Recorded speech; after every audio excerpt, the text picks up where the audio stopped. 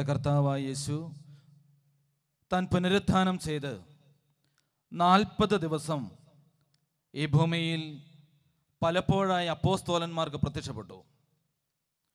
അവിടുന്ന് പ്രത്യക്ഷപ്പെട്ട സമയത്ത് അപ്പോസ്തോലന്മാരോട് പറഞ്ഞ ഒരു പ്രധാനപ്പെട്ട സന്ദേശം എങ്ങനെയായിരുന്നു? നിങ്ങൾ യെരൂശലേം വിട്ട് പോകരുത്. എന്തോ പറഞ്ഞേ? നിങ്ങൾ യെരൂശലേം വിട്ട് പോകരുത്. പ്രിയപ്പെട്ടവരെ, ഏതൊരു യഹൂദൻ്റെയും ആഗ്രഹം യെരൂശലേമിലേക്ക് ഓടിയെത്തുക എന്നുള്ളതാണ്. അതുകൊണ്ടാണ് നമ്മുടെ കർത്താവിൻ്റെ ക്രൂശീകരണ സമയത്ത് ഇതാ കുറേന്യക്കാരനായ, ആഫ്രിക്കയിലുള്ള സ്ഥലമാണത്രേ, കുറേന്യക്കാരനായ ശീമോൻ പോലും യെരൂശലേമിലേക്ക് എത്തി.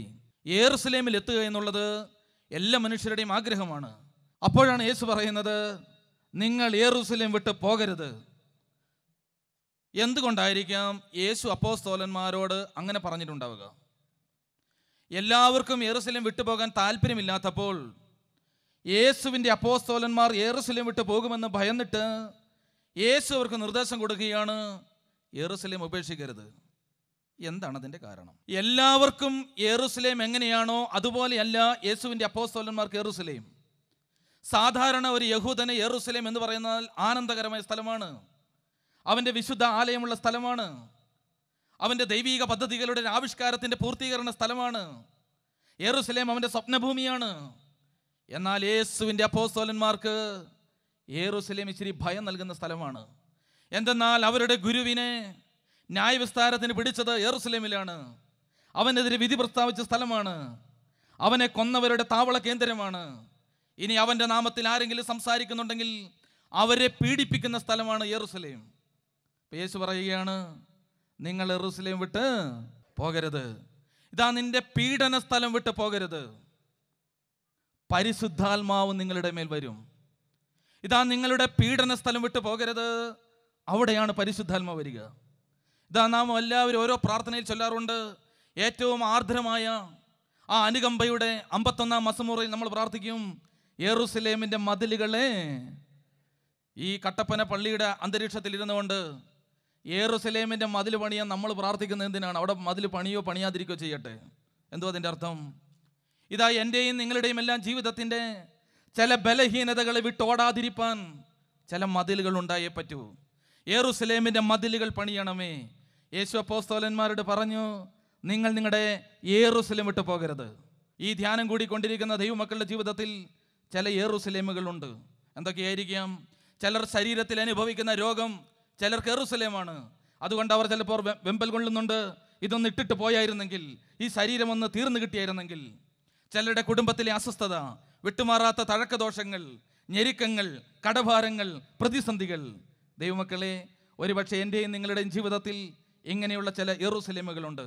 ഇതാ നമ്മുടെ നാഥൻ നമ്മളോട് പറയുകയാണ്, നീ നിന്റെ യെരൂശലേം വിട്ട് പോകരുത്. എന്തെന്നാൽ ഈ യെരൂശലേമിലാണ് പരിശുദ്ധാത്മാവ് ഒഴുകി വരിക. പരിശുദ്ധാത്മാവ് വരുന്നത് യെരൂശലേമിലത്രേ. ഈ പീഡന സ്ഥലത്ത് നീ പരിശുദ്ധാത്മാവിനെ സ്വീകരിച്ചാൽ ആ നിമിഷം തൊട്ട് നിന്നിൽ ശക്തി വ്യാപരിക്കാൻ തുടങ്ങും. പരിശുദ്ധാത്മാവ് വന്നാൽ നിങ്ങൾ ശക്തി പ്രാപിക്കുമെന്ന് മാത്രമല്ല, യെരൂശലേമിലും അതുപോലുള്ള മുഴുവൻ അനുഭവങ്ങളുടെ മേലും നിങ്ങൾ എൻ്റെ സാക്ഷികളായി മാറും. ഇതാ ദൈവം തരുന്ന വാഗ്ദാനം. പ്രിയപ്പെട്ടവരെ, എങ്ങനെ ഈ പരിശുദ്ധാത്മാവിനെ കിട്ടും? ഇതാ ലൂക്കോസിന്റെ സുവിശേഷത്തിൽ യേശു പറയുകയാണ്, പ്രാർത്ഥനയിലൂടെ കിട്ടുന്ന ഒരു അനുഭവമാണ്. ലൂക്കോസ് 11, ലൂക്കോസ് 18 ഈ അധ്യായങ്ങളിൽ തീവ്രമായ പ്രാർത്ഥനയിലൂടെ അത്ര ഇത് കിട്ടുന്നത്. ഇതാ നിങ്ങളിൽ ആരെങ്കിലും, നിങ്ങളുടെ മക്കൾ ആരെങ്കിലും അപ്പം ചോദിച്ചാൽ കല്ല് പറക്കി കൊടുക്കില്ല, മീൻ ചോദിച്ചാൽ ആരും പാമ്പിനെ കൊടുക്കില്ല, മുട്ട ചോദിച്ചാൽ ആരും തേളിനെ കൊടുക്കില്ല. ദുഷ്ടന്മാരായ നിങ്ങൾ നിങ്ങളുടെ മക്കൾക്ക് നല്ല ദാനങ്ങൾ കൊടുക്കാൻ അറിയുന്നെങ്കിൽ തന്നോട് ചോദിക്കുന്നവർക്ക് എത്ര അധികമായി പരിശുദ്ധാത്മാവിന് കൊടുക്കും. എങ്ങനെ കിട്ടും? യേശു പറയുകയാണ്, ഇത് പ്രാർത്ഥനയിലൂടെ കിട്ടുന്ന ഒരു അനുഭവമാണ്. ലൂക്കോസ് 18 പറയുകയാണ്, ഒരു സ്ഥലത്ത് ഒരു ന്യായാധിപൻ ഉണ്ടായിരുന്നത്രേ. ആ ന്യായാധിപന്റെ പ്രത്യേകത യേശു വിവരിക്കുകയാണ്. ആ ന്യായാധിപന് 2 സ്വഭാവ സവിശേഷതകൾ. 1, അവന് ദൈവത്തെ പേടിയില്ല. 2, അവൻ മനുഷ്യരെ മാനിക്കുന്നില്ല. ദൈവത്തെ പേടിയില്ല, മനുഷ്യരെ മാനിക്കുന്നില്ല. ഇങ്ങനത്തെ ഒരു ന്യായാധിപൻ ഒരു ന്യായാസനത്തിൽ ഉണ്ടായിരുന്നത്രേ. ന്യായാസനത്തിൽ അങ്ങനെ ഒരു വ്യക്തിയാണ് കയറിയിരുന്നത്. അപ്പോൾ അയാളുടെ പ്രത്യേകത എന്തായിരിക്കും? ദൈവത്തെ പേടിയുമില്ല, മനുഷ്യരെ ഭയവുമില്ല. അങ്ങനെയുള്ളൊരു ന്യായാധിപന്റെ പ്രത്യേകത, അയാൾക്ക് തോന്നിയതാണ് അയാൾ ചെയ്യുക, അല്ലേ? അയാൾക്ക് ദൈവഭയമില്ല, മറ്റുള്ളവർ എന്ത് ചിന്തിക്കും അങ്ങനത്തെ ചിന്തയുമില്ല. അയാൾക്ക് എന്ത് തോന്നുന്നുവോ അത് അയാൾ ചെയ്യും. തോന്നുന്നത് പോലെ വസിക്കുന്നവനെ നമ്മൾ എന്ത് പറയും? ആ തോന്നുന്നത് പോലെ വസിക്കുന്നവനെ ചെയ്യുന്നവനെ നമ്മൾ തോന്നിവാസി എന്ന് വിളിക്കും. എന്ന് വെച്ചാൽ ഇതാ യേശു വിവരിക്കുന്ന ആ ന്യായാധിപന്റെ പ്രത്യേകത ഒരു തോന്നിവാസി ന്യായാസനത്തിൽ ഇരിക്കുകയാണ്. ഒരു തോന്നിവാസി ന്യായാസനത്തിൽ ഇരിക്കുകയാണ്. ആ പട്ടണത്തിൽ ഒരു വിധവയുണ്ടായിരുന്നത്രേ. തോന്നിവാസിയായ ഒരു ന്യായാധിപനോട് ബലാബലം ചെയ്യാൻ ഇപ്പോൾ യേശുക്രിസ്തു കൊണ്ടുവച്ചിരിക്കുന്ന ഉപമയിലെ അടുത്ത കഥാപാത്രം ഒരു വിധവയാണ്. വിധവ എന്ന് പറഞ്ഞാൽ തന്നെ നമുക്കറിയാം, ഏറ്റവും ബലഹീനമാക്കപ്പെട്ട ഒരു ശരീരവും ജീവിതവും നിൽക്കുന്ന ആളാണ്. ഒരു വിധവയുടെ അവസ്ഥ അനുഭവിക്കുന്നവർക്ക് മാത്രമേ അറിയുള്ളൂ. പുറമെ ആർക്കും ഒരുപക്ഷെ മനസ്സിലാകില്ല. ഇതാ അവൾക്ക് ആരുമില്ല. ഒരു വിധവയാണ് ഈ തോന്നിവാസിയായ ന്യായാധിപന്റെ മുമ്പിൽ ന്യായം ചോദിച്ചുകൊണ്ട് ചെല്ലുന്നത്. ബൈബിളിൽ ഇങ്ങനെ യേശു വിസ്തരിച്ച് പറയുകയാണ്, ഇങ്ങനെ ഒരു സ്ത്രീ കടന്നു വന്നപ്പോൾ അവൻ അവളെ ആട്ടിപ്പുറത്താക്കി. എന്നാൽ അവൾ വീണ്ടും വന്നു, വീണ്ടും പുറത്താക്കി. കൂടെ കൂടെ കൂടെ കൂടെ നമ്മുടെ യേശു തന്റെ തിരുവധരങ്ങൾ കൊണ്ട് പറയുകയാണ്, അവൾ കൂടെ കൂടെ വീണ്ടും വീണ്ടും ഈ തോന്നിവാസിയുടെ അടുക്കൽ കടന്നു വന്നുകൊണ്ടിരുന്നു. ഗതികെട്ടിട്ട് അയാൾ ഇങ്ങനെ പറഞ്ഞത്രേ, ഞാൻ ദൈവത്തെ ഭയപ്പെടുന്നില്ല, ഞാൻ മനുഷ്യരെ മാനിക്കുന്നില്ല, പക്ഷെ ഈ വിധവ എന്നെ അസഹ്യപ്പെടുത്തുന്നു. ഞാൻ ദൈവത്തെ മാനിക്കുന്നില്ല, ഞാൻ മനുഷ്യരെ ഭയപ്പെടുന്നില്ല, പക്ഷെ ഈ വിധവ എന്നെ അസഹ്യപ്പെടുത്തുന്നു. അതുകൊണ്ട് ഞാൻ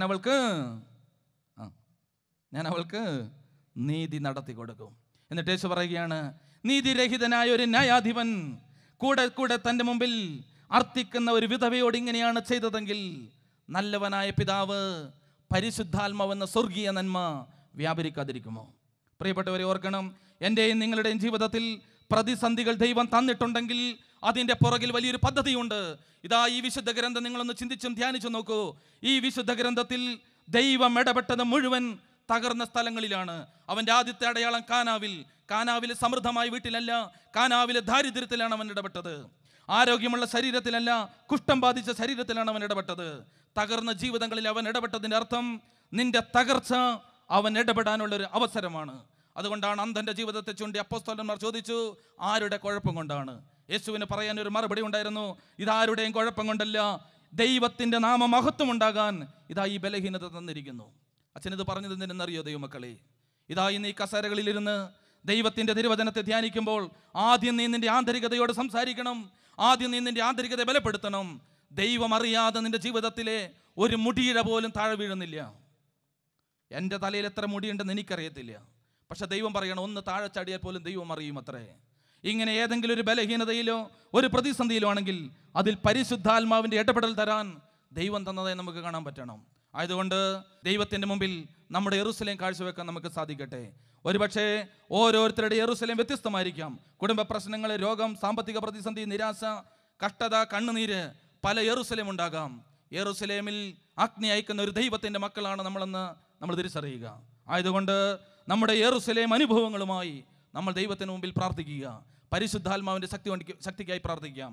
വെളിപാട് പുസ്തകം 2-ാം അധ്യായം 7-ാം തിരുവചനത്തിൽ യോഹന്നാന് കിട്ടിയ വെളിപാടിൽ യോഹന്നാൻ ഇങ്ങനെ ഒന്ന് വിവരിക്കുന്നുണ്ട്. ആത്മാവ് സഭകളോട് അരുളി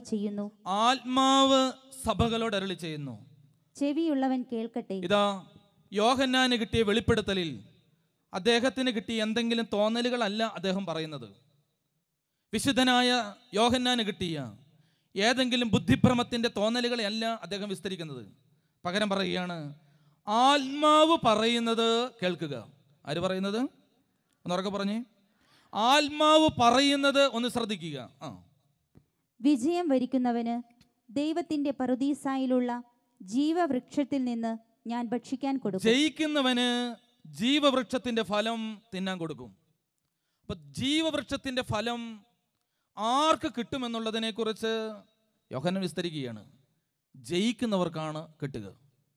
ജയിക്കുക എന്ന് പറഞ്ഞാൽ ഒരു മത്സരത്തിൻ്റെ റിസൾട്ടാണ്.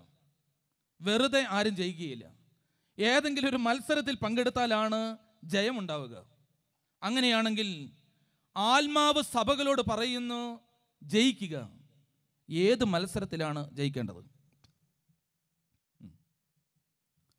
ആരോടാണ് മത്സരിക്കേണ്ടത്? പ്രിയപ്പെട്ടവരെ, ക്രൈസ്തവ ജീവിതം എന്ന് പറയുന്നത് തന്നെ ശത്രുവിനോട് നിരന്തരമായ ഒരു പോരാട്ടമുള്ള ജീവിതമാണ്.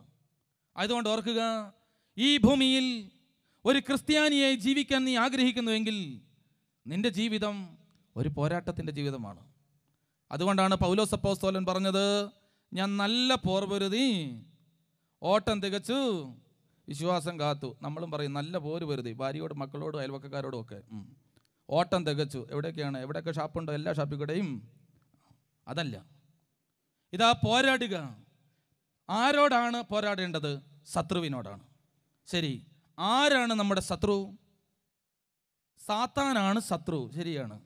ശരി, സാത്താനെ കണ്ടിട്ടുണ്ടോ? പിശാചിനെ കണ്ടിട്ടുണ്ടോ? പിശാചിനെ കണ്ടിട്ടില്ലേ? അച്ഛൻ കണ്ടിട്ടുണ്ട്. ഇതൊരു കാണേണ്ട കാഴ്ചയാണ് ഈ പിശാചെന്ന് പറഞ്ഞാൽ. ഞാൻ പിശാചിനെ കണ്ടത് സെമിനാരി പഠിക്കുമ്പോഴാണ്. അവിടെയാണ് ഏറ്റവും കൂടുതൽ പിശാചുകളുടെ ആക്രമണം ഉള്ളത്. പിശാച് ഏറ്റവും കൂടുതൽ ഇഷ്ടപ്പെടുന്ന സ്ഥലം സെമിനാരിയാണ്. എന്താ കാരണം? അല്ലെങ്കിലും അറിയാം, അച്ഛന്മാരെ കണ്ടപ്പോൾ തന്നെ. പിശാചിന് സെമിനാരി ഇഷ്ടമാവാൻ കാരണം, നിങ്ങളിൽ ഒരാളെ പിടിച്ചാൽ പിശാചിന് എത്ര പേരെ കിട്ടും? നിങ്ങളെ മാത്രമേ കിട്ടുള്ളൂ. ഒരച്ഛനെ പിടിച്ചാലോ? ഇപ്പോൾ ഒരച്ഛൻ്റെ ജീവിതത്തിൽ ഒരു ഇടർച്ച വന്നാൽ ഒത്തിരി പേരുടെ വിശ്വാസം താഴെ പോയി. അതുകൊണ്ട് പിശാചിന് ഇഷ്ടം ഇങ്ങനെയുള്ള സ്ഥലമാണ്. ഇതാ നമ്മുടെ സെമിനാരി മുളന്തുരുത്തി സെമിനാരിയാണ്. ഞങ്ങൾ അവിടെ പഠിച്ചത്. ഞാനും തിരുമേനി മിനോച്ചൻ ഞങ്ങളൊക്കെ ഒന്നിച്ച് പഠിച്ചതാണ്. ഞങ്ങൾ സെമിനാരി വന്നപ്പോൾ തന്നെ ഞങ്ങളുടെ ജ്യേഷ്ഠന്മാർ ഞങ്ങൾക്കൊരു കഥ പറഞ്ഞു തന്നു. കഥയല്ല, ഒരു സംഭവമായിട്ടാണ് പറഞ്ഞു തന്നത്. മുളന്തുരുത്തി എന്ന് പറഞ്ഞ സ്ഥലം തന്നെ അത്ര നല്ല സ്ഥലമല്ല. കാട്ടുമങ്ങാട്ട് ബാവാമാർ, പരിശുദ്ധ പരിമല തിരുമേനിയൊക്കെ തപസ്സിരുന്ന് വിശുദ്ധി പ്രാപിപ്പിച്ചൊരു സ്ഥലമാണ്. ഈ സെമിനാരി ഇവിടെ പണിയാൻ നേരത്ത് പങ്ങാടയിലുണ്ടായിരുന്നു നമ്മുടെ മർക്കോസ് കൂറിലോസ് തിരുമേനി എന്ന വാർഡനൊക്കെ ആയിരുന്നു. അവിടെ 2-3 പാലമരം ഉണ്ടായിരുന്നു. മരം വെട്ടാൻ വേണ്ടി മരം വെട്ടുകാരൻ വന്നു കഴിഞ്ഞപ്പോൾ ആദ്യത്തെ വെട്ടിന് മഴു തെറിച്ചു പോയി. പിന്നത്തെ വെട്ടിന് പാലമരത്തിൽ നിന്ന് പാലല്ല വന്നത്, ചോരയാണ് വന്നത്. ഇങ്ങനത്തെ കഥകളൊക്കെയാണ് ഒത്തിരി കേട്ടിട്ടുള്ളത്. ഇപ്പം എൻ്റെ വീട് വയനാട്ടിലാണ്. വയനാട്ടിൽ നിന്ന് വൈകുന്നേരം കയറിയാൽ പുലർച്ചെ ഒരു 4 മണിക്ക് മുളന്തുരുത്തിയിൽ ബസ്സിന് വന്നിറങ്ങും. തുടർന്ന് സെമിനാരിയിലേക്ക് മുളന്തുരുത്തിയിൽ നിന്ന് വെട്ടിക്കൽ വരെ 4 കിലോമീറ്റർ നടന്നാണ് പോരുക. ഒരു 4 മണിക്ക് വേറെ വണ്ടിയൊന്നും കിട്ടില്ല. ഞാൻ ആദ്യത്തെ പ്രാവശ്യം നടന്നു വന്നു കഴിഞ്ഞപ്പോൾ എൻ്റെ കൂടെ താമസിക്കുന്ന ചെമ്മാച്ചൻ ചോദിച്ചു, എങ്ങനെയാണ് വന്നത്? നടന്നോ? പിശാചുക്കളുള്ള സ്ഥലമാണ്. ഉള്ളിലൊരു പേടി കയറി. എന്തുള്ള സ്ഥലമാണ്? പിശാചുള്ള സ്ഥലമാണ്. സെമിനാരിയുടെ ചുറ്റുഭാഗത്ത് ഉള്ളിൻ്റെ ഉള്ളിൽ എല്ലാവർക്കും ഒരു ഇച്ചിരി പേടിയുണ്ട്. എന്തുണ്ട്? പിശാചുണ്ട്. ഒരു വെള്ളിയാഴ്ചയാകുമ്പോൾ സെമിനാരിയിൽ ഒരു പ്രത്യേകതയുണ്ട്. കോട്ടയം, എറണാകുളം, ആ ചുറ്റുപാടുള്ളവരൊക്കെ വെള്ളിയാഴ്ച വീട്ടിൽ പോകും. ഞങ്ങൾ കുറച്ച് വയനാട്ടുകാരും കുറച്ച് ഹൈ റേഞ്ചുകാരും ഉണ്ടാവും. നിങ്ങൾക്ക് ഒന്നാമത് ദാരിദ്ര്യം പിടിച്ച വീട്ടിലായിരിക്കും. ഇത്രയും ദൂരം പോകാനുള്ള സാമ്പത്തികം ഇല്ലാത്തത് കൊണ്ട് അവിടെ കിടക്കും. പിന്നെ വെള്ളിയാഴ്ച ഞങ്ങൾക്ക് വലിയ സന്തോഷമാണ്. ഇതുങ്ങളൊക്കെ പോകുന്നത് കൊണ്ട് ഞങ്ങൾക്ക് 4 ദോശ കിട്ടും. ഇവർക്കുള്ളതും കൂടെ ഞങ്ങൾക്ക് കഴിക്കാം. ഇതാ ഒരു വെള്ളിയാഴ്ച ഞാൻ കിടക്കുന്ന മുറിയിൽ ഞാൻ ഒറ്റയ്ക്കായി. എൻ്റെ കൂടെയുള്ള ആൾ പോയി. പാതിരാത്രി ഒരു 2:30 ആയിക്കഴിഞ്ഞപ്പോൾ എനിക്ക് തോന്നി ഒന്ന് ടോയ്ലറ്റിൽ പോകണമെന്ന്. അങ്ങനെ തോന്നുന്നത് വല്ല തെറ്റാണോ? നിങ്ങളുടെ നോട്ടം കണ്ടപ്പോൾ എനിക്ക് അങ്ങനെ തോന്നി. ഇതാ നമ്മുടെ സെമിനാരിയിൽ ഇങ്ങനെയാണ് ക്രമീകരണം. 4 കെട്ടാണ് സെമിനാരി. അതിൻ്റെ 3 വശങ്ങളിലും ഷെമ്മാശന്മാർ താമസിക്കും. അപ്പുറത്തൊരു ബ്ലോക്കിലാണ് ടോയ്ലറ്റൊക്കെ ഉള്ളത്. അപ്പോൾ പോകണമെങ്കിൽ ബക്കറ്റും കപ്പൊക്കെ എടുത്ത് ഇവിടുന്ന് അപ്പുറത്തെ വശത്തേക്ക് പോകണം. പ്രിയപ്പെട്ടവർ, ഒരു വെള്ളിയാഴ്ച 2:30 സമയമായപ്പം ഞാനിങ്ങനെ ടോയ്ലറ്റിൽ പോകാൻ വേണ്ടി വാതിൽ തുറന്നിറങ്ങിയപ്പം ഈ സാധനത്തെ കണ്ട്. ഒരു 10-12 അടി പൊക്കമുണ്ട് അതിന്, പക്ഷെ കാലില്ല. ഞാൻ ഇറങ്ങിയപ്പോൾ തന്നെ ഇതാ എൻ്റെ നേരെ ഓടി ഇങ്ങോട്ട് പാഞ്ഞു വന്ന് ഞാൻ ചാടി മുറി കയറി. പിന്നെ എനിക്ക് തോന്നി ഇതൊരു തോന്നലായിരിക്കും. പെട്ടെന്ന് എൻ്റെ മനസ്സെന്നോട് പറഞ്ഞു, അല്ല, ഷമ്മാശന്മാർ പറഞ്ഞ കാര്യം, പാല വെട്ടിയ കാര്യം, ചോര വന്ന കാര്യം, മഴു തെറിച്ച കാര്യം, എനിക്ക് കുറേ കാര്യങ്ങൾ ഓർമ്മ വന്ന്. ഞാനെങ്കിലും എൻ്റെ ശക്തിയും ബുദ്ധിയും എല്ലാം സ്വരൂപിച്ചുകൊണ്ട് ഒന്നോട്ട് ഇറങ്ങി. ഞാൻ ഇറങ്ങിയപ്പോൾ വീണ്ടും ഇങ്ങോട്ട് വരികയാണ്. ഞാൻ ചാടി അകത്ത് കയറി. അപ്പോഴാണ് എനിക്കൊരു കാര്യം ഓർമ്മ വന്നത്. കുരിശ് കണ്ടാൽ അത് ആ മുറിയിൽ 2 കുരിശുണ്ട്. എൻ്റെ കയ്യിലുണ്ട് ഒരു കുരിശ്, അപ്പുറത്തെ ചമ്മാച്ചൻ്റെ കയ്യിലുണ്ട്. 2 ഞാൻ എടുത്ത് പിടിച്ച് ബക്കറ്റും കപ്പും താഴെ ഒഴിച്ച് 2 കുരിശും പിടിച്ചുകൊണ്ട് ഞാൻ പുറത്തേക്ക് ഇറങ്ങി. കുരിശ് കണ്ടിട്ടുണ്ടോ? ഈ പിശാചിന് വല്ല കൂസലും. ഇതാ വീണ്ടും എൻ്റെ അടുത്തേക്ക് വരികയാണ്. പ്രിയപ്പെട്ടവരെ, 2:30 തുടങ്ങിയിട്ടുള്ളൊരു യുദ്ധം. എനിക്ക് ചില കാര്യങ്ങൾക്കൊക്കെ പോകണമെന്നുണ്ട്. അതൊക്കെ അവിടെ വെച്ചിട്ട് കുരിശും ഞാനും പിശാചും തമ്മിലുള്ള യുദ്ധം നടന്നുകൊണ്ടിരിക്കുകയാണ്.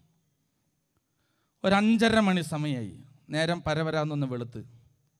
അപ്പോൾ എനിക്കറിയാം വെട്ടം വെച്ച് കഴിഞ്ഞാൽ പിന്നെ പുള്ളിക്കാരൻ നിൽക്കുകയില്ല. 5:30 ആയപ്പോൾ പതുക്കെ പ്രകാശമൊക്കെ വന്ന് ഞാൻ ഇറങ്ങിച്ചെന്ന് നോക്കുമ്പോൾ ഒരു കാര്യം മനസ്സിലായി. രാവിലെ പിറവം പള്ളി പോകാൻ വേണ്ടി ഒരു ചമ്മാച്ചൻ കുപ്പായം തൂക്കിയിട്ടതാണ്. ഇതാണ് ഞാനും നിങ്ങളും നമ്മൾ കണ്ടിട്ടുള്ള ഇങ്ങനത്തെ കുറേ കഥകൾ. ഇതാ എൻ്റെയും നിങ്ങളുടെയും തലയ്ക്കകത്തുണ്ടാകും. ഇങ്ങനത്തെ കുറേ പിശാചിനെ കണ്ടിട്ടുണ്ട് നമ്മൾ. ചില രൂപങ്ങൾ, ചില ഭാവങ്ങൾ. ശരി, എന്താണ് പിശാച്? പ്രിയപ്പെട്ടവരെ, ഈ ധ്യാന ദിവസം നമ്മൾ നന്നായിട്ടും ധ്യാനിക്കണം. ഇങ്ങനെ തലയ്ക്കകത്ത് ഏതെങ്കിലും സിനിമയിലൂടെയോ സീരിയലിലൂടെയോ കയറി വന്ന് വികൃതമായ ചില ചിന്താഗതികളുടെ പേരല്ല പിശാച്. പിന്നെ എന്താണ്? ഇതാ ബൈബിൾ നമ്മളെ നന്നായി പഠിപ്പിക്കുന്നുണ്ട്. തോൽപ്പിക്കാൻ ശ്രമിക്കുന്ന ഒരു തിന്മയുടെ പേരാണ്. ദർശനവരം കിട്ടിയ പത്രോസ് അപ്പോസ്തലൻ ദർശനത്തിന്റെ മഹാശക്തിയിൽ നിന്നുകൊണ്ട് യേശുക്രിസ്തുവിന്റെ തിരുമുമ്പാകെ നിന്ന് നിജീവനുള്ള ദൈവത്തിന്റെ പുത്രനാണ്. യേശു പറഞ്ഞു, ബർയോന സിമയോനെ, നിസാരക്കാരനല്ല, ജഡരക്തങ്ങളല്ലല്ലോ ഇത് വെളിപ്പെടുത്തിയത്, നീ ദൈവിക ദർശനം കിട്ടിയവൻ. പത്രോസ് ഇങ്ങനെ ഞെളിഞ്ഞു നിൽക്കുമ്പോൾ ക്രിസ്തു തനിക്കുണ്ടാകാൻ പോകുന്ന മഹാപീഠകളെ വിസ്തരിച്ചപ്പോൾ ക്രിസ്തുവിൻ്റെ മുമ്പിൽ പത്രോസ് മെല്ലെ തോളത്ത് കൈയിട്ട് മാറ്റി നിർത്തിയിട്ട് ഗുരു ശിഷ്യനെ ഉപദേശിക്കുന്നത് പോലെ പത്രോസ് യേശുവിനെ ഉപദേശിച്ചു, മോനെ നിനക്കിതൊന്നും വരാൻ പാടില്ല. ഉടനെ യേശു പറഞ്ഞു, സാത്താനേ എന്നെ വിട്ടുപോവുക, നിന്റെ ചിന്ത ദൈവീകമല്ല മാനുഷികമാണ്. ഒരു മനുഷ്യനെ ദൈവീകതയിൽ നിന്ന് താഴെ താഴ്ത്തുന്ന അനുഭവത്തിൻ്റെ പേരാണ് പൈശാചികത. കടമരക്കത്തനാര് സീരിയലിൽ കണ്ടതോ ഏതെങ്കിലും തെറ്റായ കഥകളിലൂടെ കിട്ടിയതോ ആണ് ഇന്ന് ക്രിസ്ത്യാനിയുടെ തലയിൽ കിടക്കുന്ന പിശാച്. എന്നാൽ അതല്ല, ദൈവീക ചിന്തകളിൽ നിന്ന് നിന്നെ താഴെ വീഴ്ത്തുന്ന തിന്മയുടെ പ്രലോഭന ശക്തിയുടെ പേരാണ് പിശാച്. ഇതിനെ ശ്രദ്ധിച്ച് ജീവിക്കുന്നതാണ് രക്ഷാജീവിതം. എന്താണ് പിശാചിൻ്റെ പ്രത്യേകത? അപ്പം ഞാൻ പിശാചിനെ കുറിച്ച് പ്രസംഗിക്കാനല്ല ഇവിടെ വന്നത്. നാം ജാഗരൂകരായിരിക്കേണ്ടത് ഈ നോമ്പിൻ്റെ നാളിൽ ഇങ്ങനെയുള്ള ബോധ്യത്തെക്കുറിച്ചാണ്, അല്ലേ? മോശയും ഏലിയായും അവർ നോറ്റുപവാസം 40 നാൾ, യേശുവും ഈ നോമ്പേറ്റതിനാൽ നസകനെ തോൽപ്പിച്ചുടനെ. കണ്ടോ? നോമ്പിൻ്റെ നാളുകളിൽ ഞാൻ നിങ്ങൾ ഒരുങ്ങിക്കൊണ്ടിരിക്കുകയാണ് ഈ തിന്മയെ തോൽപ്പിക്കാൻ. എന്താണ് ഈ പിശാചിൻ്റെ പ്രത്യേകത? ഇതാ ദൈവമക്കളെ, നമ്മൾ ആ ഭാഗം ധ്യാനിക്കുകയാണ്. ഉൽപ്പത്തി പുസ്തകത്തിൽ ബൈബിളിൽ ദൈവം ഇങ്ങനെ പറയുകയാണ്, ദൈവം മനുഷ്യനെ സൃഷ്ടിച്ചിട്ട് ഏദൻ എന്ന ഒരു തോട്ടത്തിലാക്കി. ഏദൻ തോട്ടത്തിൽ മനുഷ്യനെ ആക്കിയിട്ട് ദൈവം മനുഷ്യനോട് പറയുകയാണ്, ഈ തോട്ടവും ഇതിലെ മുഴുവൻ അനുഭവങ്ങളും നിനക്കുള്ളതാണ്, എല്ലാം നിനക്ക് അനുഭവിക്കാം, പക്ഷെ ഒരു കാര്യം, എന്നെ മറക്കരുത്. അത് വേറൊരു ഭാഷയിലാണ് പറഞ്ഞത്. തോട്ടത്തിൻ്റെ നടുവിൽ എവിടെ നിന്നൊരു വൃക്ഷം നട്ടിട്ട് പറഞ്ഞു, നടുവിലുള്ള വൃക്ഷത്തിൻ്റെ ഫലം നീ, ബാക്കി പറഞ്ഞേ, നടുവിലുള്ള നന്മ തിന്മകളുടെ വൃക്ഷത്തിൻ്റെ ഫലം നീ തിന്നരുത്, തിന്നാൽ നീ, തോട്ടത്തിലുള്ള നടുവിലുള്ള വൃക്ഷത്തിൻ്റെ ഫലം നീ തിന്നാൽ നീ മരിക്കും. എന്താ അതിൻ്റെ അർത്ഥം? ഇതാ ഏദൻ തോട്ടത്തിൻ്റെ മുഴുവൻ അവസ്ഥകളും നിനക്ക് സ്വന്തമാണ്, ഈ ഏദൻ്റെ മുഴുവൻ ഫലങ്ങളും സമൃദ്ധികളും നിനക്ക് സ്വന്തമാണ്. പക്ഷെ ഏദൻ്റെ സമൃദ്ധിയുടെ നടുവിൽ നീ എന്നെ മറക്കരുത്. ദൈവത്തെ മറക്കാതിരിപ്പാൻ ദൈവം തൻ്റെ ജനത്തിന് കൊടുത്ത സ്നേഹത്തിൻ്റെ ഓർമ്മക്കുറിപ്പാണ് ആ നടുവിലുള്ളത്. നിങ്ങൾ ഈ കട്ടപ്പന പ്രദേശത്തോടെ പോകുമ്പോൾ ഈ പള്ളി കണ്ടാൽ നിങ്ങൾക്കൊരു കാര്യം ഓർമ്മ വരും. എന്ത്? എന്നാ ഓർമ്മ വരും? ഇന്നാളത്തെ പിരിവിന് വികാരിയച്ഛൻ വന്നത്, അതാണ് ഓർക്കുക. നമുക്കൊരാരാധനാലയമുണ്ട്, എൻ്റെ ഒരു ദൈവമുണ്ട്, ഒന്ന് കുരിശ് വരച്ചിട്ട് പോകും. പ്രിയപ്പെട്ടവരെ, ഒരു ഓർമ്മക്കുറിപ്പാണ്. ഇതാ ഏദൻ തോട്ടത്തിൻ്റെ നടുവിൽ, ഒരു വശത്തല്ല ദൈവം വെച്ചത്, നടുവിൽ കൊണ്ടുവച്ചിട്ട് പറഞ്ഞു, ദൈവത്തെ മറക്കരുത്, ഇത് തിന്നാൽ നീ മരിക്കും. ഈ ഒരു ഓർമ്മ, ഈ ഒരു വചനം ദൈവത്തെ ഓർക്കാൻ ആദമിൻ്റെ ഹവ്വയുടെ ജീവിതത്തിൽ ഒരു അനുഭവമായി. ദൈവത്തെ മറന്നു പോകാതിരിപ്പാൻ ഏദൻ തോട്ടത്തിൻ്റെ സമൃദ്ധിയുടെ നടുവിൽ ദൈവം മനുഷ്യന് കൊടുത്തതാണ് ദൈവത്തിൻ്റെ വചനം. വചനമാണ് നമ്മളെ ബലപ്പെടുത്തുന്നത്. ആയതുകൊണ്ട് വചനം തലയിൽ നിന്ന് പോകരുത്, ചിന്തയിൽ നിന്ന് പോകരുത്. ദൈവവചനത്തോട് ചേർന്ന് ജീവിക്കുക. വചനത്തിൽ നിന്ന് എപ്പോൾ നീ താഴെ വീഴുന്നുവോ അപ്പോൾ തൊട്ട് ഇതാ ശത്രുവിൻ്റെ മുമ്പിൽ നീ തോക്കാൻ തുടങ്ങും. ദൈവവചനത്തോട് ചേർന്ന് ജീവിക്കുക. തോട്ടത്തിൻ്റെ നടുവിലെ സമൃദ്ധിയുടെ നടുവിൽ ദൈവം തന്നെ ഓർക്കാൻ നടുവിൽ നിർത്തിയ വൃക്ഷം ആദമിന് ഹവ്വയ്ക്ക് ഒരു ഓർമ്മക്കുറിപ്പായിരുന്നു. ദൈവം അവരോട് പറഞ്ഞത് ഇത്രയേ ഉള്ളൂ, നടുവിൽ നിൽക്കുന്ന വൃക്ഷത്തിൻ്റെ ഫലം തിന്നരുത്, തിന്നാൽ നിങ്ങൾ, ബാക്കി പറഞ്ഞേ, മരിക്കും. ബൈബിളിൽ എഴുതിയിരിക്കുകയാണ്. ഏദൻ തോട്ടത്തിൻ്റെ ഈ എല്ലാ സമൃദ്ധിയും അനുഭവിച്ചുകൊണ്ട് ആദമും ഹവ്വയും ജീവിക്കുകയാണ്. അങ്ങനെ ജീവിച്ചുകൊണ്ടിരിക്കുമ്പോൾ അവരുടെ ഉള്ളിൽ ആനന്ദം നിറഞ്ഞുകൊണ്ടിരിക്കുകയാണ്.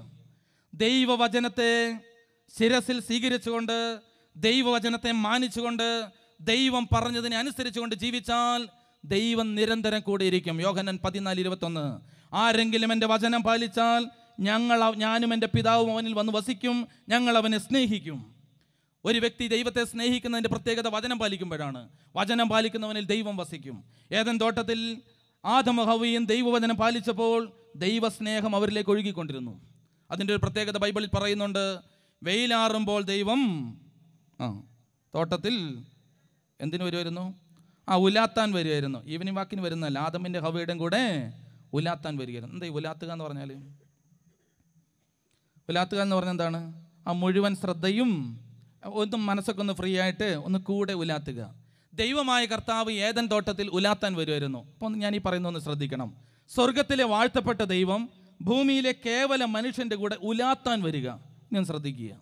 ഇപ്പം ഞാൻ ഉലാത്തുക എന്ന് പറഞ്ഞാൽ എൻ്റെ ശരീരത്തിൻ്റെ ആരോഗ്യത്തിനും പൊക്കത്തിനും ബലത്തിനും പറ്റിയ തലത്തിൽ ഒരു വേഗതയിലായിരിക്കും ഞാൻ ഉലാത്തുക, അല്ലേ? ആണോ? ഞാൻ എങ്ങനെയാണ് ഉലാത്തുക? ഒരു 2 വയസ്സുള്ള കുഞ്ഞെങ്ങനെയാണ് ഉലാത്തുക? അത് അതിൻ്റെ താളടികൾ പതുക്കെ വെച്ച് അത് ഉലാത്തും. ഞാൻ ഉലാത്തുന്ന വേഗതയും കൊച്ചുലാത്തുന്ന വേഗതയും ഒരുപോലെ ആയിരിക്കുമോ? അല്ല. ഞാൻ കൊച്ചിൻ്റെ കൂടെ ഉലാത്താൻ പോയി. ഞാൻ നടക്കുന്ന വേഗതയിൽ കൊച്ചിനോട് ഉലാത്താൻ പറഞ്ഞാൽ കൊച്ചെന്ത് പറയും? അതിനത് ശ്വാസം മുട്ടായിരിക്കും. സ്വർഗത്തിലെ വാഴ്ത്തപ്പെട്ട ദൈവം ഭൂമിയിലെ പരിമിതനായ മനുഷ്യൻ്റെ കൂടെ ഉലാത്തുക എന്ന് പറഞ്ഞാൽ എൻ്റെ അർത്ഥം എന്താണ്? ഞാൻ 2 വയസ്സുള്ള കുഞ്ഞിൻ്റെ കൂടെ ഉലാത്തുമ്പോൾ അത് കുഞ്ഞിന് ഉലാത്തലാകണമെങ്കിൽ കുഞ്ഞിൻ്റെ താളത്തോടും മേളത്തോടും ബലത്തോടും ഒപ്പം ഞാൻ സാമ്യപ്പെടേണ്ടിയിരിക്കുന്നു. ഏദൻ തോട്ടത്തിൽ ദൈവം മനുഷ്യനോടൊപ്പം ഉലാത്തി എന്ന് പറഞ്ഞാൽ അതിൻ്റെ അർത്ഥം മനുഷ്യൻ്റെ താളത്തോടും ബോധത്തോടും ശക്തിയോടും ജ്ഞാനത്തോടും ഒപ്പം ദൈവം അവനോട് കൂടെ ഇരുന്നു. നമ്മുടെ കർത്താവ് യെരുശലേമിൽ പ്രവേശിച്ചത് ഒട്ടകത്തിൻ്റെ പുറത്തല്ല. കാരണം ഒട്ടകത്തിൻ്റെ പുറത്തിരിക്കുന്ന ഉയരത്തിലിരിക്കാൻ പറ്റിയവരല്ല കൂടെ വരുന്നവർ. സാധാരണ രാജാക്കന്മാർ കുതിരപ്പുറത്താണ് എഴുന്നള്ളുന്നത്. മശിഹ കുതിരയുടെ പുറത്തല്ല പോയത്. കുതിരയുടെ താളത്തോടൊപ്പം ചലിക്കാൻ പറ്റിയവരൊന്നും കൂടെ ഇല്ല. അവൻ്റെ കൂടെ പോയത് മുടന്തരും അന്ധരും കുഷ്ഠരോഗികളും ബലമില്ലാത്തവരും ശക്തി ക്ഷയിച്ചവരുമായിരുന്നു. അവരുടെ താളത്തിനകത്ത് പോകാൻ ഒരു കഴുതയ്ക്കേ പറ്റത്തുള്ളൂ. അതുകൊണ്ട് അവൻ കഴുതയെ വാഹനമായി തിരഞ്ഞെടുത്തു. അതിൻ്റെ അർത്ഥം എന്താണെന്നറിയോ? ദൈവം നിന്റെ താളത്തിൽ നിന്നും നിന്റെ ബലത്തിനും അപ്പുറത്ത് മാറി ഒരു അദൃശ്യ ശക്തിയായിട്ടല്ല, നിന്നോട് കൂടെ നിൽക്കുന്നവനാണ്. അതുകൊണ്ടാണ് മറിയത്തോട് ദൂതൻ പറഞ്ഞത്, അവൻ യേശു എന്ന് പേർ വിളിക്കണം, അവൻ ഇമ്മാനുവേൽ എന്ന് വിളിക്കപ്പെടും. എന്തോ അതിൻ്റെ അർത്ഥം? ഒന്നുറക്കെ പറഞ്ഞേ. ഇതാ രോഗിയെ കിടക്കുന്ന മനുഷ്യ, നീ മനസ്സിലാക്കണം, ദൈവം നിന്നോട് കൂടെ. തളർന്നവനെ ദൈവം നിന്നോട് കൂടെ. ഇടറിയവനെ ദൈവം നിന്നോട് കൂടെ. നമ്മുടെ ദൈവത്തിൻ്റെ പേരാണ് ഇമ്മാനുവേൽ. അതിൻ്റെ അർത്ഥം ഇത്രയേ ഉള്ളൂ. ഏകാന്തയിൽ നീ ധ്യാനിച്ചാൽ മനസ്സിലാകും, നിന്നോട് കൂടെ ഇരിക്കുന്ന സ്നേഹത്തിൻ്റെ പേരാണ് ദൈവം. ഏദൻ തോട്ടത്തിൽ ദൈവവചനം ശ്രദ്ധിച്ച് നിരന്തരം ദൈവത്തെ സ്നേഹിച്ചും മാനിച്ചും ദൈവത്തിന് വില കൊടുത്ത്, അച്ഛനീ പറയുന്ന വാക്യം ശ്രദ്ധിക്കണം, ദൈവത്തിന് വില കൊടുത്ത് ആദമും ഹവ്വയും നിന്നപ്പോൾ ദൈവ സ്നേഹത്തിൻ്റെ ശക്തി അവരിൽ വ്യാപരിച്ചു. അവർക്ക് അങ്ങോട്ടും ഇങ്ങോട്ടും നോക്കുമ്പോൾ സ്നേഹം, പ്രകൃതിയോട് സ്നേഹം, ചുറ്റുപാടുകളോട് സ്നേഹം. ആ കുടുംബം ജീവിച്ച സ്ഥലത്തിൻ്റെ പേരാണ് ഏദൻ തോട്ടം. ബന്ധമുള്ള സ്ഥലം, സ്നേഹമുള്ളൊരു സ്ഥലം ആട്ടെ. അടുത്തത് ഇനി യുദ്ധം തുടങ്ങുന്ന ഭാഗം അച്ഛൻ പറയുന്നത്. പിശാചിന് മനസ്സിലായി ഈ ദൈവമക്കളുടെ ഇടയിൽ പ്രവർത്തിക്കുക അത്ര എളുപ്പമുള്ള കാര്യമല്ല. കാരണം ഇവരുടെ ഉള്ളിൽ എന്തുണ്ട്? ദൈവമുണ്ട്. കാരണം എന്താണ്? ഏദൻ തോട്ടത്തിൻ്റെ നടുവിൽ നിൽക്കുന്ന വൃക്ഷത്തിൻ്റെ ഫലം തിന്നരുതെന്ന് പറയുന്ന ദൈവീക കൽപ്പന ശിരസ വഹിക്കുന്ന മനുഷ്യരാണിവർ. ഇവരിൽ എനിക്ക് ഇടപെടാൻ പറ്റുന്നില്ല. എന്തുകൊണ്ട്? അവരുടെ ഉള്ളിൽ എന്തുണ്ട്? ഒന്നോടെ പറഞ്ഞേ. ദൈവവചനമുണ്ട്. ഒന്നോടെ അച്ഛൻ ഈ പറയുന്ന ആ രീതിയിൽ ഒന്ന് പഠിക്കുക. എന്തുണ്ട്?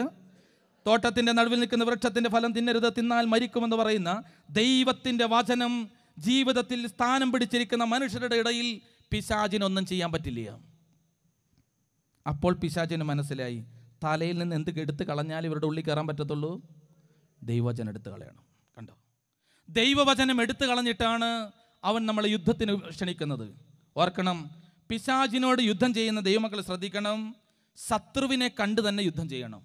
ഞാനും നിങ്ങളും കണ്ടെത്തിയിരിക്കുന്ന ശത്രു എന്ന് പറയുന്നത് ചിലർ മാതാപിതാക്കന്മാരോട് യുദ്ധം, ചിലർ അയൽവക്കക്കാരോട് യുദ്ധം, ചിലർ സഹോദരങ്ങളോട് യുദ്ധം. ഇവരൊക്കെയാണ് എനിക്കും നിങ്ങൾക്കും പലപ്പോഴും ശത്രുക്കൾ. എന്നാൽ ഓർക്കുക, ഇത് ശത്രുഗണത്തിൽപ്പെട്ടതല്ല, ഇതെല്ലാം ദൈവത്തിൻ്റെ ദാനമാണ്. മാതാപിതാക്കന്മാർ ദൈവത്തിൻ്റെ ദാനമാണ്, മക്കൾ ദാനമാണ്, സഹോദരൻ ദാനമാണ്, അയൽവാസി ദാനമാണ്. എന്നാൽ പിശാച് പറഞ്ഞു ഇത് ദാനമല്ല, ശത്രുവാണ്. അങ്ങനെ ഞാനും നിങ്ങൾ യുദ്ധം ചെയ്തുകൊണ്ടിരിക്കുകയാണ്. നിങ്ങൾ ധ്യാനിച്ച് നോക്കി, ഇന്ത്യയും പാകിസ്ഥാനും തമ്മിൽ ഒരു ശത്രുതയാണെന്ന് വിചാരിക്കുക. പാകിസ്ഥാനോട് യുദ്ധം ചെയ്യാൻ ഇന്ത്യൻ പ്രധാനമന്ത്രി പറഞ്ഞു. ഇന്ത്യയിലെ പട്ടാളക്കാർ വിചാരിച്ചു എന്നാൽ പിന്നെ യുദ്ധം ചെയ്തേക്കാം. അപ്പോഴാണ് അവർക്ക് തോന്നിയത് പാകിസ്ഥാനോട് യുദ്ധം ചെയ്ത് കഴിഞ്ഞാൽ പാകിസ്ഥാൻകാർ തിരിച്ചിങ്ങോട്ട് യുദ്ധം ചെയ്യും, എന്നാൽ പിന്നെ ചൈനക്കാരോട് പോയി യുദ്ധം ചെയ്തേക്കാം. കാര്യമുണ്ടോ? ശത്രുവിനോട് പോയി യുദ്ധം ചെയ്യണം, ശത്രുവിൻ്റെ പാളയത്തിൽ പോയി യുദ്ധം ചെയ്യണം. ആട്ടെ, എവിടെയാണ് പിശാചിൻ്റെ ശത്രുപാളയം? എവിടെയാണ് പിശാചി യുദ്ധം ചെയ്യുന്ന സ്ഥലം? മനുഷ്യരിലൂടെയല്ല, അവന് 2 സ്ഥലങ്ങളാണ് യുദ്ധഭൂമി. പച്ചനി പറയുന്ന കാര്യം നിങ്ങൾക്ക് മനസ്സിലാവുന്നുണ്ടോ? ശത്രു പിശാചാണ്, അവൻ്റെ യുദ്ധസ്ഥലം. ഒരു ക്രിസ്ത്യാനി യുദ്ധം ചെയ്യേണ്ട 2 യുദ്ധഭൂമിയാണുള്ളത്. ഒന്ന്, ക്രിസ്ത്യാനി യുദ്ധം ചെയ്യേണ്ട ഒരു സ്ഥലം എന്ന് പറയുന്നത് ശരീരമാണ്. അപ്പോൾ നിങ്ങൾ ചിലപ്പോൾ എന്നോട് ചോദിക്കും, എന്തിനാണ് അച്ഛാ ഈ ശരീരത്തോട് യുദ്ധം ചെയ്യുന്നത്? ഈ ശരീരത്തോട് യുദ്ധം ചെയ്യാനല്ല ഞാൻ പറഞ്ഞത്. ഈ ശരീരം നമ്മളിൽ ഉണ്ടാക്കുന്ന ആസക്തികളോട് യുദ്ധം ചെയ്യണം. കാരണം ഈ ശരീരത്തെ അവൻ കീഴ്പ്പെടുത്തും. 2, യുദ്ധം ചെയ്യേണ്ട രണ്ടാമത്തെ ഒരു യുദ്ധഭൂമി എന്ന് പറയുന്നത് ലോകമാണ്. നമ്മൾ ഈ കാണുന്ന ഒരു ലോകമല്ല, ലോകത്തിൻ്റെ ചില ആസക്തികൾ.